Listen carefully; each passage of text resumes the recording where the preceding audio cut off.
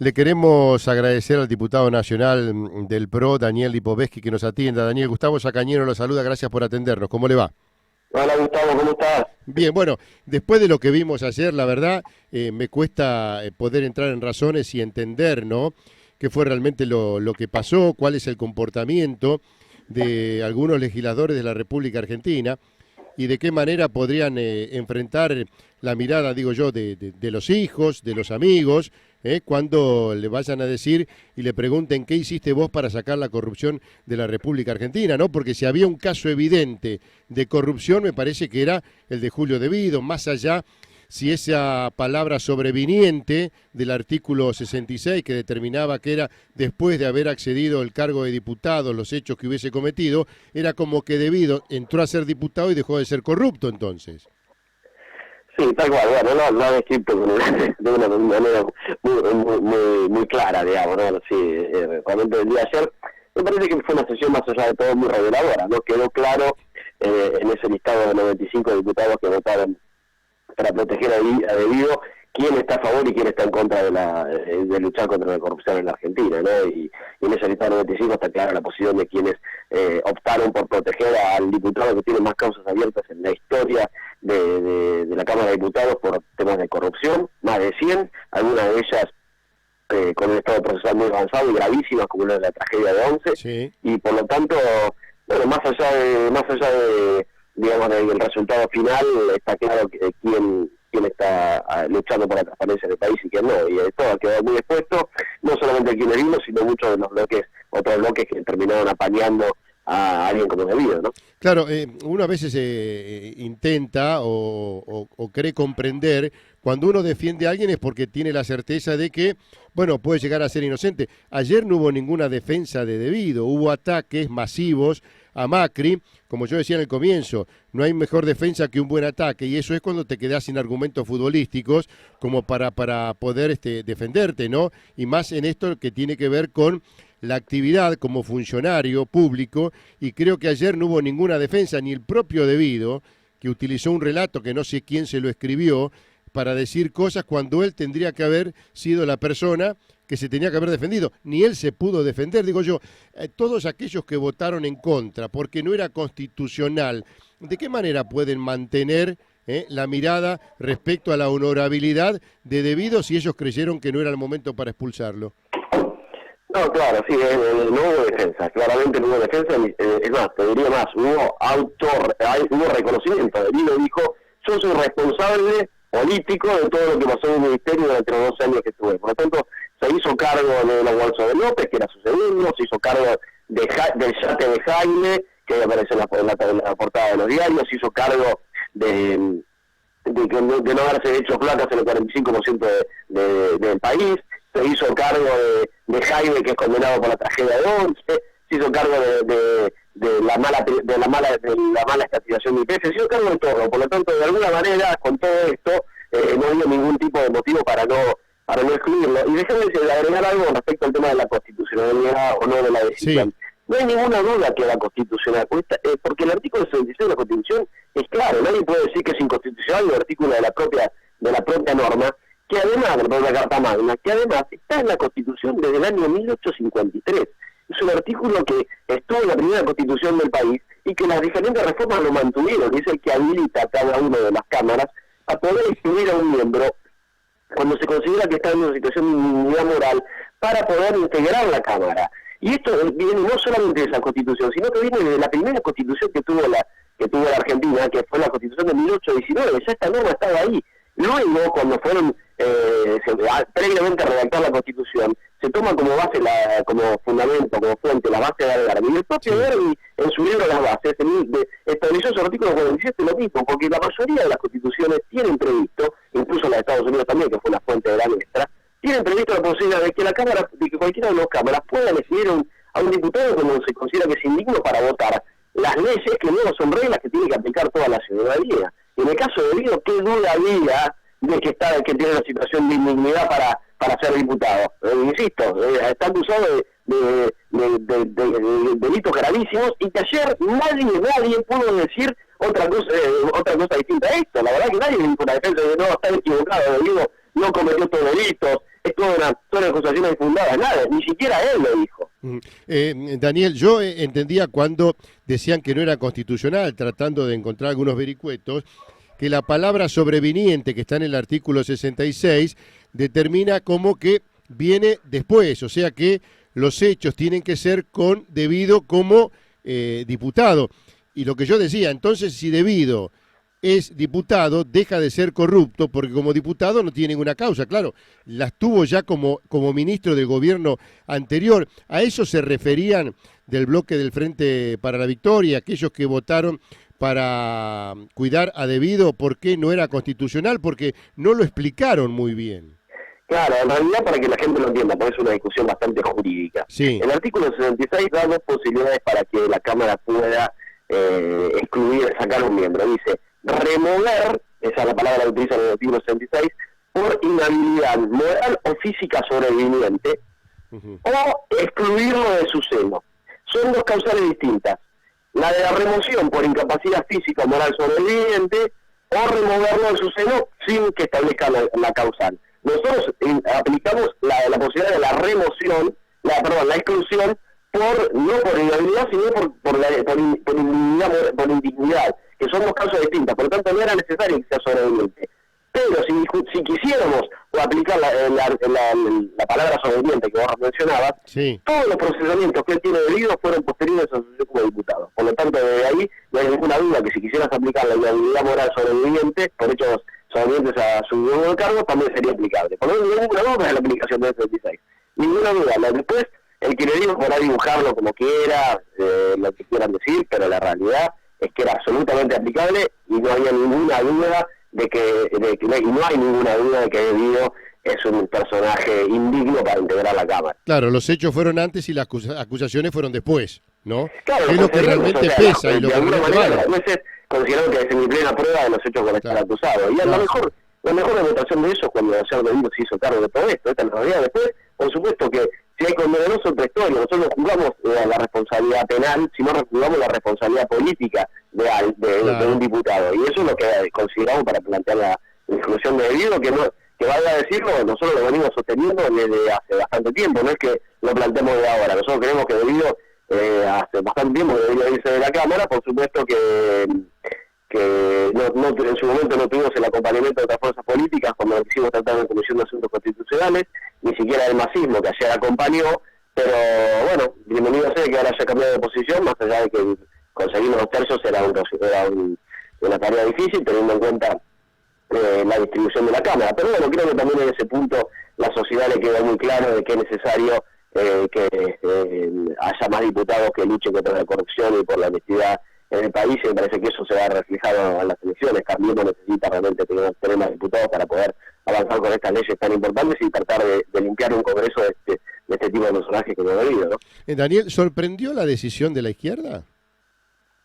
Sí, la verdad que es inentendible. Si vos, de la izquierda siempre viene con un discurso de que ellos son los defensores de los trabajadores, y la verdad que si vos te considerás defensor de los trabajadores, sostenés que sos defensor de los trabajadores y no podés defender a alguien como Debido que se apropió fondos públicos que podrían haber sido utilizados para resolver graves problemas que tienen los trabajadores argentinos, como por ejemplo que el 45% de la gente no tiene placas, o que la mitad de las provincias del país no tienen gas natural, o que hay hijos de trabajadores que tienen que tenían que cruzar nadando en un arroyo en Misiones para poder llegar a la escuela, porque no había puente. Bueno, la verdad que si vos sos defensor de trabajadores no podés terminar protegiendo a alguien como Debido. La verdad que en ese sentido, como diría el general, la única verdad es la realidad. Cuando tuviste que mostrar en la realidad lo que discursás, hiciste lo contrario y hiciste lo contrario. Defendés trabajadores, pero terminás apañando Debido. Bueno, la verdad que es inentendible. Daniel, pero ¿puede haber un antes y un después de lo que pasó anoche, más allá de algunos mamarrachos que se vieron, de algunos integrantes de la Cámara de Diputados? Bueno, que cada uno después estará determinando por qué se dio, si está en condiciones o no de ocupar ese cargo tan importante por la cual fue elegido. Digo, porque a partir de ahora todo el mundo sabe quién protege. A la gente no le importa los argumentos para proteger a alguien que está sobradamente demostrado que es un corrupto y que sobre sus espaldas carga con 52 muertes, y va más allá de cualquier ideología, es una realidad, y eso nadie lo puede obviar. ¿te parece que la gente va a mirar de otra manera a aquellos que respaldaron a Devido y a quienes no? Yo creo que sí, yo creo que la gente lo va a juzgar y lo va a juzgar con su mirada y también con su voto en las elecciones. Ya tenemos pronto las PASO, después en octubre.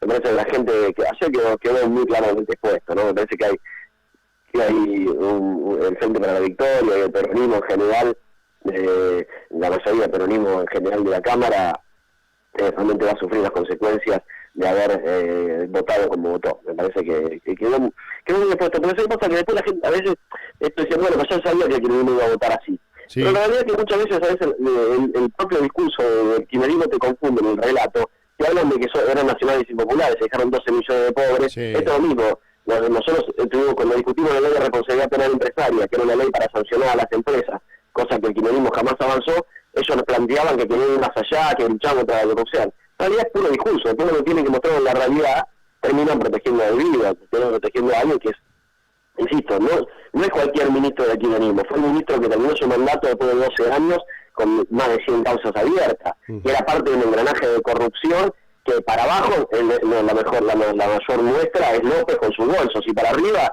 son los hoteles de Cristina Fernández de Kirchner y los 5 millones que tiene Florencia de Kirchner en su cuenta bancaria. Esta es la realidad y me parece que eso la gente lo va a evaluar y lo va a plasmar en su bronca y su rechazo lo va a plasmar en el voto hacia otra fuerza política. Yo creo que sobre todo cambiemos en estas elecciones. Ya para ir cerrando, agradeciéndote esta nota, Daniel, yo creo que ayer Devido también marcó un poco el territorio cuando habló de otros funcionarios, gobernadores, intendentes que respaldaron al AGN, que en ningún momento había cuestionado, donde hay sobradas muestras de informes que hacían ver por parte del AGN de Despuy, donde había cierta inconsistencia respecto a la obra pública y otras actividades que tenía Devido como ministro de Planificación, ¿no? Me parece que a partir de ahí también hay cuestiones que se dan en un relato y a veces es muy difícil hacerle entender a la gente que gobernar no es decir lo que tienen que hacer todos, ¿no? Sino entender lo que todos necesitan y tener la posibilidad de hacerlo, porque vamos a decir la verdad, más allá de las ideologías y pensamientos políticos, creo que el gobierno kirchnerista, principalmente con Cristina, era la obediencia debida, nadie decidía por sí solo, todos preguntaban o recibían órdenes y obedecían, y a partir de ahí era muy difícil cuestionar cuando se decía que se había hecho algo, y eso no se había hecho, pero no importaba, porque había que hacer caso en lo que le decían, ¿no? Sí, sin duda, y si no te apretaban. Pero Devido, déjame decirte que es un gran mentiroso. Sí, como mintió cuando dijo que no utilizó nunca los fueros para protegerse, sí. Y él mismo presentó un escrito ante el juez para pedir que no podía llenar su domicilio, sus oficinas, porque estaban pagados por los fueros parlamentarios, con lo cual mintió claramente a la opinión pública.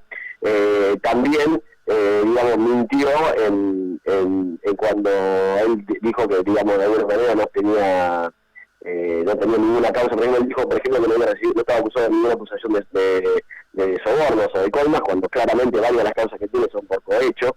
Por lo tanto, es un mentiroso absoluto y, bueno, me parece que, más allá de eso, más allá de lo mentiroso que es, claramente era un engranaje fundamental del gobierno, que, insisto, implementó un sistema de corrupción que se robó los fondos públicos para enriquecerse en forma personal de los funcionarios, de la presidenta y del presidente para abajo, y esto hizo que esos fondos hoy podrían haber sido utilizados para resolver los grandes problemas que tiene la Argentina. Pero no por algo nosotros estamos siguiendo rutas con un 30% menos de costo de lo que se lleva el kirchnerismo. Esto demuestra lo que se lleva a esta gente.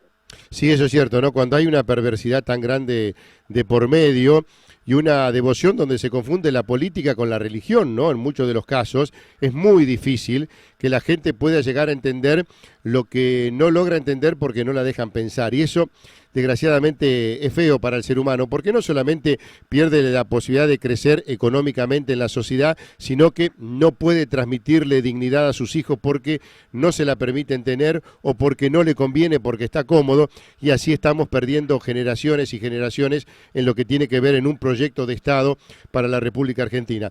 Daniel, te agradecemos este contacto. Ojalá en algún momento se pueda llegar a hacer justicia, porque creo que este juicio político que le cabe ahora a Julio De Vido, ayer lo escuchaba a Paolo Menghini, que decía que de eso nadie lo va a poder salvar cuando tenga que enfrentar a los jueces en el juicio oral y público que le va a corresponder por la tragedia de Once, porque no hay que olvidarse, siempre digo que sobre las espaldas de Julio De Vido está cargando con 92 muertes, por la inoperancia y por toda la plata que se robaron del ferrocarril, las inversiones que no se hicieron y la chatarra que dejaron como consecuencia de eso, el accidente y todas las muertes que hubo. No tengo dudas, yo creo que, digamos, De Vido no va a zafar de la condena judicial y tampoco va a zafar de la condena social. De la sociedad. Eso es así, así que eso va a ocurrir. Y también con eso nosotros igual vamos a seguir debatiendo el tema. Me parece que hay dos aristas que todavía faltan. Una es el tema judicial. Es increíble que todavía la justicia no haya avanzado más con alguien que tiene más de 100 causas y todavía no se ha ingresado un solo pedido de desafuero para De Vido, que yo creo que va a llegar prontamente y seguramente vamos a impulsar su desafuero. Y también de alguna manera tenemos que discutir el alcance de los fueros parlamentarios. Yo tengo un proyecto para regular lo que se llama la dispensa, es decir, la posibilidad de que un diputado pueda excluirse voluntariamente de la aplicación de esta inmunidad que establecen los fueros, que yo creo que son solamente para expresar la opinión, para ellos son parlamentarios, porque parlamos, en eso tenemos que tener inmunidad, pero no están destinados a proteger a alguien por delitos, por la investigación de delitos cometidos fuera de este ámbito y menos antes de ser electo como diputado. Así me parece que es un tema que hay que avanzar y seguramente lo discutiremos en los próximos meses. Y el tema electoral también, ¿no? La manera de elegir en la República Argentina, me parece que llegó un momento que se tomen cartas en el asunto, porque prácticamente así entran algunos que ni los conocés, los votaste sin querer votarlos y después para sacarlos imposible porque te dicen a mí me votó la gente y la gente ni sabe a quién votó a veces. Sí, bueno, la reforma electoral nosotros la impulsamos, le dimos media sanción, en la boleta única electrónica hubiera sido un avance en este punto, porque la gente iba a poder, de alguna manera, poder elegir entre los candidatos, pero creo que sí, hay que avanzar, lamentablemente está parada en el Senado. Me parece que también, de alguna manera, esta elección es importante desde ese lugar, ¿no? Se necesita un Congreso donde las posiciones políticas estén más equilibradas y los que realmente estamos por el cambio en el país tengamos un margen más alto para poder lograr los cambios. Si no, la realidad es que nos encontramos siendo con esta situación. Hemos votado, por ejemplo, la ley de extinción de dominio para recuperar lo que se robaron y está trabada en el Senado porque la mayoría del Senado la tiene de kirchnerismo. Bueno, me parece que ahora que tenemos la oportunidad de cambiar esa situación, la gente debería acompañar a los candidatos de Cambiemos, que son los que realmente están trabajando para cambiar el país. Bueno, ojalá el sentido común, el criterio y la honestidad tome cartas en el asunto, se haga presente y a partir de allí, más allá de las ideologías políticas y los caminos que tengamos que recorrer, lo podamos hacer con honestidad, que me parece que es lo que merecemos todos los argentinos. Daniel, te mandamos un abrazo muy grande, gracias por este contacto y bueno, a tu disposición para lo que creas necesario. Bueno, muchas gracias, saludos a todos los platenses, por supuesto yo soy de La Plata, así que por supuesto le mando un gran abrazo a todos. A propósito, sos de La Plata, pero no sos hincha de ningún equipo de La Plata. No, soy de Boca. Fanático de Boca, pero bueno, sigo los equipos de La Plata, he ido muchas veces a la cancha, las dos, tanto la de Estudiantes como la de Gimnasia, y sigo los equipos de La Plata, más allá de que mi corazón siempre es azul y verde. Bueno, un fanático es Julio Garro, ¿no? Hincha de Boca. Sí, también, por supuesto, Julio lo conozco, nos hemos cruzado muchas veces en la cancha, sí, compartimos esa pasión. La última pregunta a propósito de La Plata. ¿Cómo ves las elecciones acá en la ciudad de La Plata? ¿Qué información tenés? Si es que tuviste contacto con Julio, con algún otro integrante de Cambiemos, ¿cómo ves que se está llevando la parte previa de las PASO aquí en la ciudad de La Plata? La verdad, yo creo que esta es una elección muy importante, la gente está viendo que la ciudad está cambiando de a poquito, es una ciudad que ha sido muy golpeada, realmente muy golpeada por la inundación del 2013, el mismo temporal que sufrimos en febrero de este año, realmente y con una desidia de la gestión muy grave, los cambios son de a poco, pero yo creo que a medida que avanza la gestión de Julio Garro se está viendo eso y me parece que además la gente, además de la valoración de la gestión local, va a tener en cuenta sobre todo lo que es la gestión de la gobernadora María Eugenia Vidal, que es una gran gobernadora que está luchando fuertemente para cambiar este sistema mafioso que tiene la provincia en muchísimos lugares, como lo que tiene que ver con con la seguridad y en la lucha contra el narcotráfico, y creo que eso es lo que finalmente el Platense va a valorar y va a acompañar con el voto Cambiemos, y creo que vamos a tener un muy buen resultado electoral, que es muy necesario, no solamente para la integración de la legislatura bonaerense, sino también para el Consejo Deliberante, ¿no? La última es una información de cómo está María Eugenia Vidal respecto a la lucha contra la corrupción y la inseguridad. Desde la jefatura de policía se estaba haciendo algunas averiguaciones respecto a los policías locales de algunos distritos, y en algunos de ellos el 80% tiene causas penales. El 80% de la policía local en algunos distritos, en algunas ciudades, tiene causas penales. Sí, yo te diría que en los últimos, el retorno a la democracia, no hubo ningún gobernador que haya tomado la decisión política que ha tomado la gobernadora de luchar contra estas mafias que se han enquistado en los diferentes estamentos del poder público de la provincia y que nos han llevado a esta situación, ¿no? Una provincia realmente devastada de todo punto de vista, desde el punto de vista de infraestructura, desde el punto de vista de la inseguridad. Por lo tanto, creo que eso los bonaerenses lo valoran, lo consideran, y por lo tanto yo creo que en esta elección, sobre todo los ciudadanos de la provincia de Buenos Aires van a acompañar a Cambiemos, justamente porque hay que reconocerle a la gobernadora el esfuerzo enorme que hace, no solamente desde el punto de vista laboral y político, sino con su vida, ¿no? Como ha tenido que irse a vivir a un regimiento justamente por los riesgos que tiene de esta lucha, ¿no? Pero creo que vale la pena hacerlo, la gente votó un cambio y ese cambio está muy bien representado por María Eugenia Vidal. Sí, es cierto, son decisiones muy pero muy fuertes, no solamente en tomarlas, sino en mantenerlas después, y esta firmeza me parece que habla a las claras de que la cuestión va en serio de una vez por todas. Daniel, gracias por todo este tiempo, te mandamos un abrazo. Gracias,